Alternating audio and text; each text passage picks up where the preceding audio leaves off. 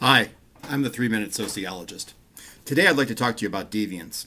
How often have you said, wow, that's weird? Now, no matter what it was, somebody's behavior or a situation you're in, it just didn't feel right and it looked strange. What's really going on here? Sociologists take a lot of time and spend a lot of time thinking about deviance.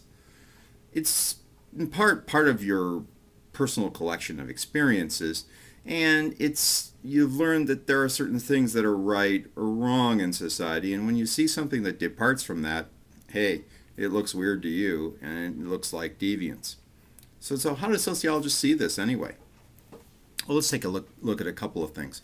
First, it's all about norms. Okay, I mean these are rules for living. They come from culture, from groups around us, from our families, and so forth. And it becomes a personal understanding about what should happen. They're rules about life. They might be folkways, or they might be laws, or a variety of other things that shape what we do and how we do it. Again, they come from cultural values, things that we think are worth, and beliefs, things that we think we know. And ultimately, they perform attitudes or predispositions for us to do stuff. So these rules set the sort of baselines, and against those baselines, we judge what's deviant. So then the definition of deviance is pretty straightforward. Deviance is some departure from the normative order. Let me look at that word normative. I didn't say abnormal. Abnormal sort of suggests that there is a right and a wrong absolute. Now there may be, but sociologists don't generally see it that way.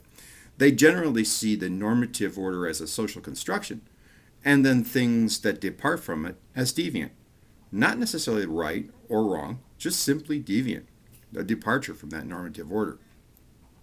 Finally, in this brief overview, I'd like to look at just some parts of deviance. Deviance is a broad topic, and sociologists spend a lot of time with it. But I'm going to look at basically three things. First of all, that deviance isn't always bad. Second of all, that deviance may be primary or secondary. And thirdly, deviance has some seemingly contradictory functions in society. Let's take them in turn. First of all, deviance isn't always bad. When we think about the word deviant, we almost always associate it with something that is bad. We don't think that what somebody's doing fits our normative belief system, so it must be bad. Well, the reality is that deviance isn't necessarily bad. Innovation in modern society, the development of the cell phone, the development of the computer, at one point were all deviant acts, and yet innovation may be seen as deviance, but it wouldn't necessarily be bad. A function of the departure from the normative order for sure, but not necessarily bad. So deviance isn't always bad. And in fact, sometimes it's good. Secondly, and of course, bad and good are all sort of value judgments within a culture or within a person's belief system. Secondly, deviance may be primary or secondary. Well, that's jargon. Primary suggests that deviance is something that happens on a daily basis. You're walking down the sidewalk and somebody's walking in our culture, in American culture, on the left-hand side of the sidewalk coming toward you. Well, what do you think? Well, that seems unusual because most of the time we're socialized in our culture to walk on the right-hand side. Now, the fact that this is happening in our culture doesn't mean it can't happen in some other way in another culture. You might be just as deviant in another culture walking on the right-hand side of the sidewalk if you're an American as this other person may be walking on the left hand. Now, the point I guess I'd make there is that that's primary deviance only because we don't really put anybody in jail for doing that most of the time. It's not a big deal, but we might sort of negatively sanction those people by sort of grimacing at them or frowning and saying, what are you doing over there? Were you raised in a barn? We don't often see the cultural context or the background of the people who are doing this. We don't see the social situations around it.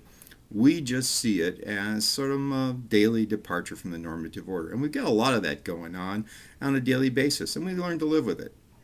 That's opposed to secondary deviance.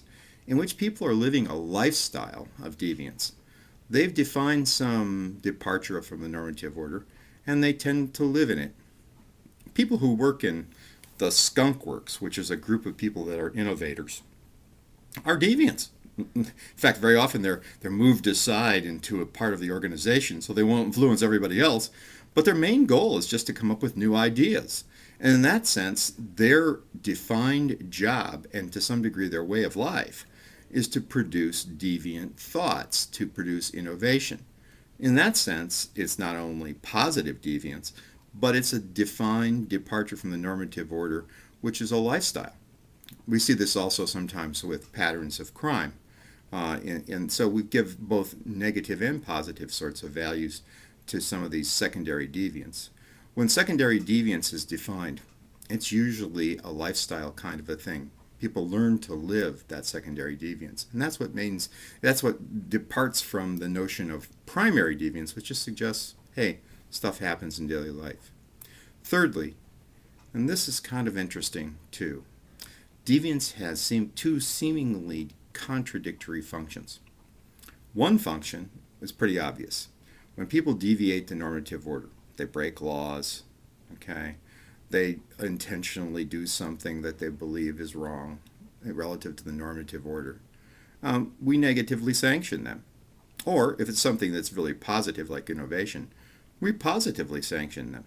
When we sanction this behavior, we support it, and consequently, we maintain the normative order. So you're supposed to get good grades, and you do, and we positively sanction that. That's not deviance at all, it's conformity, and it turns out that you're not doing badly. But if you do poorly on an exam, you may find that there are some sanctions that are imposed, and those sanctions are set up in such a way as to get you to get back on the path to conformity. So sanctioning deviance helps us control the normative order, helps us understand what we're supposed to do. Now, what seems to be a contradiction to this, and a valuable part of deviance and understanding it, is that deviance also is the harbinger of social change. That is to say, without some deviant acts, very often things will become stagnant. We can see this from a variety of different sociological theories, but just thinking in terms of what happens when we have started a social system that's supposed to help or support someone's actions, and suddenly we find out that that system no longer can. We're going to have to change it, and if we change it, what we're going to do is produce some deviant outcomes, some new things. Consequently, we'll find out that if we don't change the system in the direction of deviance, that system will stagnate and not work. Well, anyway, that's my 2 cents on deviance for today. Hope you enjoyed it. Take care.